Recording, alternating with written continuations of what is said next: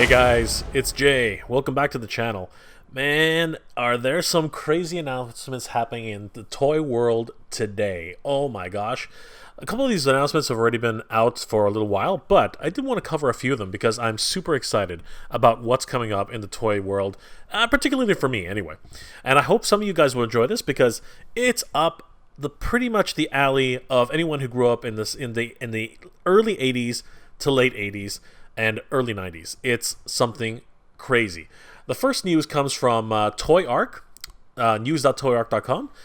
I've reported with these guys before. They do some great work. You guys should definitely check out their website if you're looking for any news on toys. They dropped some really interesting news about, just something that I've been waiting. You know what? Actually, I'll be honest with you. I haven't been waiting for these guys for quite some time, but I'm surprised that they released them. But I'm really, really happy that they released them. And let's talk a little bit about that. Yeah, they are releasing the Shadow Warriors 2-pack by NECA. The 1990 Teenage Mutant Ninja Turtles movie, Oroku Saki and Hamato Yoshi. This is crazy, guys. Now, this is the way they looked when they were in Japan. And of course, Hamato Yoshi was the master of the Foot Clan at the time, one of the great ninjas of the in the clan. And of course, Oroku Saki was his big rival. So this is incredible. We have all these great pictures. If you guys want to see these in better quality, definitely head over to news.toyark.com. You can see all these great images there. Oh my gosh, look at this set.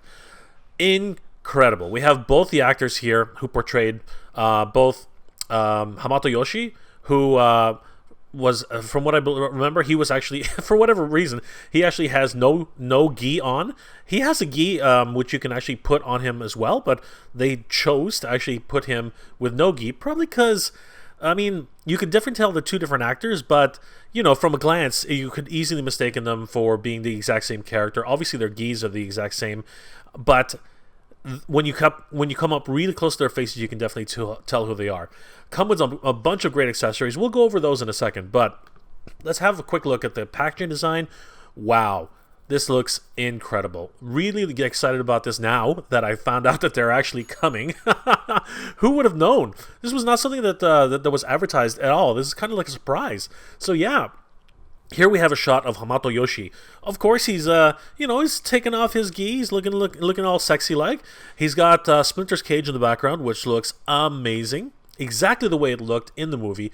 I love the way they do these photographs, pretty much emulating exactly the scenes that were in the movie themselves, and they look incredible. The way he was practicing with his staff, the secret art of ninjutsu. Obviously, here's Oroku Saki with his gi on, and yeah, he's looking all badass here with his katana, and this is his face that's not scratched. We'll get to that in a second. And here they are squaring off, which never actually happened in the movie. As we know, Oroku Saki attacked Hamato Yoshi after killing his love. So yeah, that was just ridiculous. Here we have the aftermath where Splinter's cage has been broken, and he's just clawing at Oroku Saki's face, which is awesome. And apparently he's gripping onto his face. The figure can actually do that, which is incredible. Yeah, this is awesome. And we see here Splinter is also included, his tiny little rat body, and he's doing his little katas there. Really great stuff. Then there's also the scarred face of Oroku Saki. Wonderful stuff. I love the way they've done it. Let's go over a couple of the accessories it comes with. They both come with pretty much the exact same sets, 2 sets of them. The big axe weapon here, the bow staff, the tonfan, which is actually the nightstick that a lot of people know them as here in North America, the nunchaku, and of course a straight edge katana. Wonderful stuff. Same thing with Hamato Yoshi. He comes with the exact same armaments. It looks like the gi comes off from the arms, which is really cool because we do have a second set of arms here for Hamato Yoshi or Oroku Saki, which is kind of interesting. They come with a couple of arm gauntlets, one set of extra hands on. It looks like Oroku Saki comes with 1 set of extra fists, whereas Hamato Yoshi comes with 4 extra hands. That's interesting. And we come with two different splinters. One which I think is probably supposed to be inside the cage, and the other one which one which actually is supposed to grasp onto Orokusaki's face, and the other one which is in his kata pose, which I imagine you could put on the floor or possibly inside of the cage, which is really, really cute and awesome. And of course, Orokusaki comes with his scarred face, which is excellent. Amazing set here, guys. The only problem, which of course is going to be a big pain in the butt for everybody, is that these are exclusive to Walmart. Man. Here in Canada, we don't even have NECA up in Walmart, so we don't even know where these are going to go show up. I'm crossing my fingers, really, really crossing my fingers that these are going to actually show up at EB Games. This is a hit and miss, guys, because up here in Canada, it really is a tough sell for us here. It's kind of crazy. But still, super excited that this pack is actually out there. I might actually have to, beg, borrow, steal.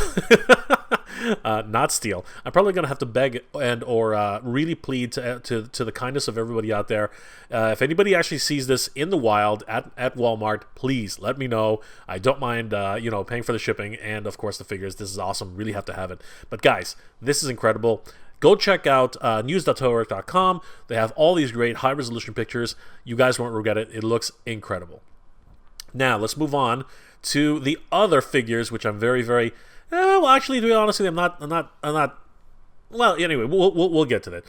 Earlier, Toy News International actually announced that, the Target exclusive again... all these Target exclusives, guys, crazy.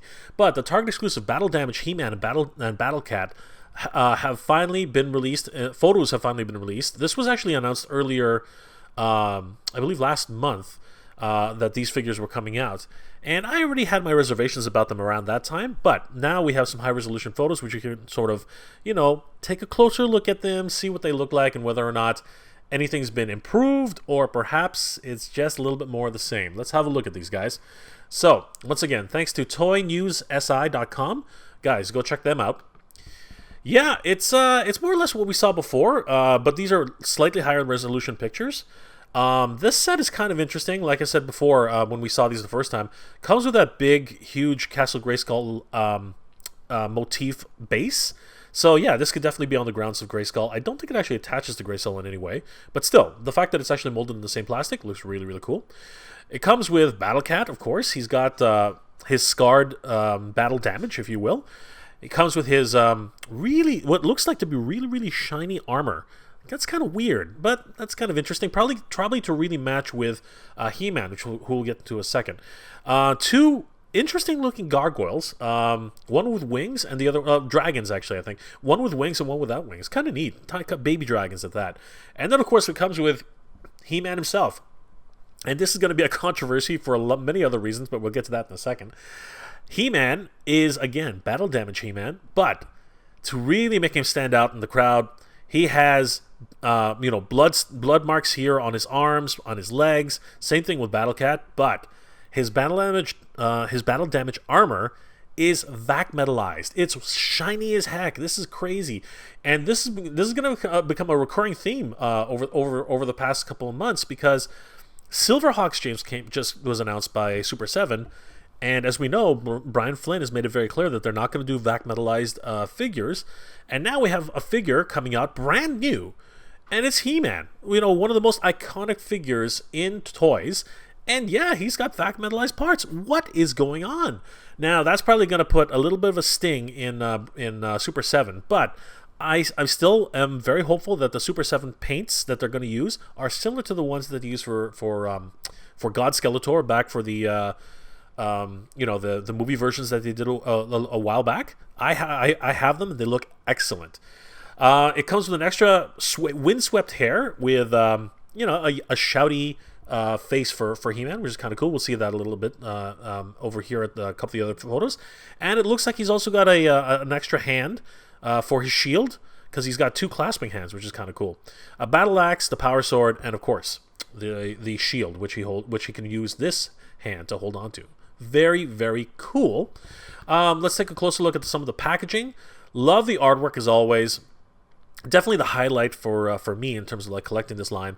This is amazing. Battlefield warriors, powerful protectors of Eternia, includes a display stand, castle, and gargoyles. Wonderful. Yeah, definitely see that wonderful artwork. Looks incredible. It's even displayed well inside the package. Yeah, for in-package collectors, Mutant box, I think you're really going to love this package. It looks amazing.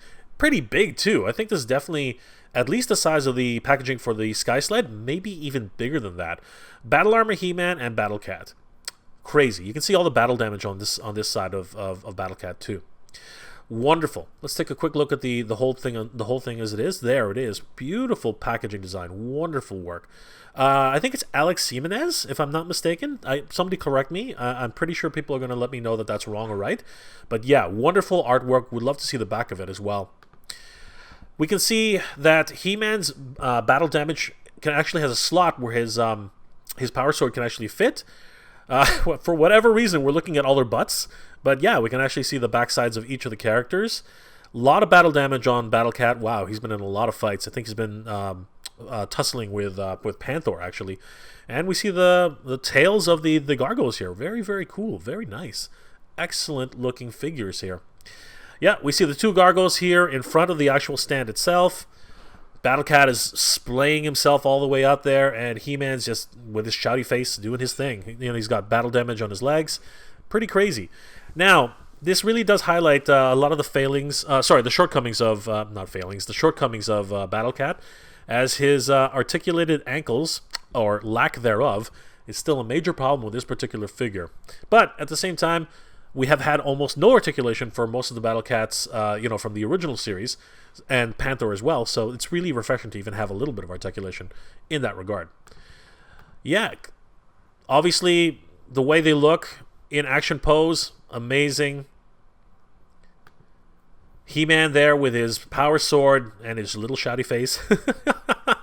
The battle damage, and they haven't really shown any of the undamaged feature, but I'm pretty sure it works just like the original one. He still looks really, really cool. There they are, the two of them together, by the power of Grayskull, looking amazing. Now, I am going to talk about a few of the cons here, though. So, the reality is, I already have a battle damage He-Man, and for the most part, he looks fine. And I have two variants, actually. One which was pretty much a matte gray, and the other one which is actually slightly, glossy.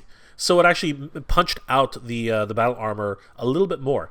This vac metalized battle armor, I don't know. It is a callback from the 80s, and now looking at He-Man the way he is wearing it right now, I'm not sure I'm really into it that much, to be perfectly honest with you. Now, I'm not trying to just say that for argument's sake, but to be perfectly honest with you, as I've talked to a couple of people, including Ace Liber from Ramen Toy, and yeah, he tells me if the more you touch this vac metalized figure, the faster it's going to degrade. So, there are pros and cons to actually having a figure like this, and that's actually one of the main reasons why Brian over at Super 7, basically, and the Super 7 team made the decision not to actually use the vac metalized parts. Kind of crazy. There are pros and cons to it, so yeah. Then the biggest pros and cons for me are I already have, as I said, a battle damage He-Man. I already have a Battle Cat, which if I really wanted to, I could actually just paint some battle damage onto him. That super shiny, glossy battle armor for Battle Cat. I don't know if I really need that. The couple things that are really kind of enticing me, honestly, are the base and the two gargoyles. They're actually kind of neat. I think that would be the only reason why I picked this up. But I'll be perfectly honest with you. Not having Target here in Canada, I don't know where these would show up, if they would show up at all. I probably would end up doing a trade for them, to be perfectly honest with you, but they probably would end up staying inside this would probably definitely be one of those Mutant box situations where I just keep them inside the box. They do look great. Not gonna knock that for sure. They look amazing. Always happy to see new Master of the Universe figures, so I am excited about these guys. Just not sure if I'd actually pick them up. Just saying. Now, for some news from my good friend Kid Chuckle, which blew my socks off. And this, guys, is something I never thought was going to happen. Because we already have, as some of you know, I collect solo Chogokin, die-cast metal, giant Kyodai Roboto, right? Robots. I love them. I grew up on Force 5. I grew up on a lot of different, giant robots when I was a kid. And this literally blew my socks off. Guys, I could not believe this. Let's talk about, oh my god, the brand new GX-100 Daiku Maryu GaiKing figure. Oh my god, I could not believe what I was seeing when I saw this for the first time. So they had a announcement about the figures themselves. They had a whole press release, video press release, and yeah, they were showcasing all of their newly released figures. Most of them I wasn't really that impressed with, but the one that really knocked my socks off, the one that really kind of like blew my mind, was definitely the title of the video. GX-100 GaiKing Daimaru Solo Chogokin 100 is here. They had a full showcase in Japan for this GX-01, including special guest Isao Sasaki. He is the actual singer of the original Daiku Maryu song. Obviously, he's a very iconic character in Japan. Love this guy. But he was on hand to help unveil this very special figure. We have a lot of the designers here meeting and talking about the whole process over at Solo Chogokin Bandai. And yeah, we see a lot of these characters here. We actually see some amazing figures here. Two Great Manjinger and Manjinger Z, and some other great figures who they talk about during the show. But we also have, of course, as I said, their special guest who was on hand to unveil the GX-100. Very happy to see him doing so well. This is amazing.